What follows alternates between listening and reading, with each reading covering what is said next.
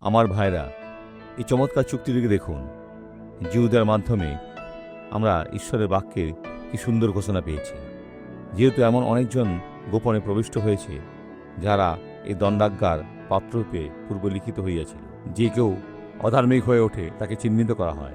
তারা চিরন্তন অভিশাপের জন্য প্রস্তুত থাকে যদি না তারা সর্বান্তকরণে অনুতপ্ত হয়। তাদের কৃত অন্যায়ের চেয়ে বেশি ভালো করার জন্য তাদের সৎকর্ম দ্বিগুণ করতে হবে।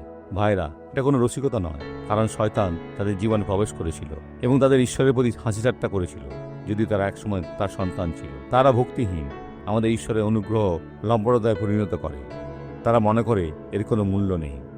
আমাদের ঈশ্বরের করুণা হলো আমাদের সবচেয়ে বড় আশীর্বাদ ভাইরা, এবং আমাদের একমাত্র অধিপতি ও প্রভু যীশুখ্রিস্টকে অস্বীকার করে এ লোকেদের আগুনের হ্রদ এবং গন্ধকের দিকে একটা সত্যিকারের যুদ্ধে লিপ্ত। যদি আমি তাদের একজন হন, থামুন এবং ঈশ্বরের কাছে ফিরে আসুন।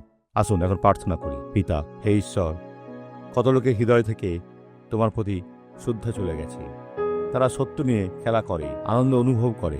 তাদের প্রতি করুণা করো এবং তাদের ধর্মান্বিত হতে সাহায্য করো, কারণ তাদের পরিণতি হবে দুঃখজনক, সেখানে আগুনের হ্রদে এবং চিরকালের জন্য গন্ধক। আমি প্রার্থনা করি, ভিক্ষা করি এবং আশীর্বাদ করি যারা আমার সাথে প্রার্থনা করছে তাদের সকলকে। ঈশ্বরকে ভয় করুন এবং শ্রদ্ধা করুন এবং তার সাথে আপনার জীবনযাপন করুন। যিশুর নামে আমেন।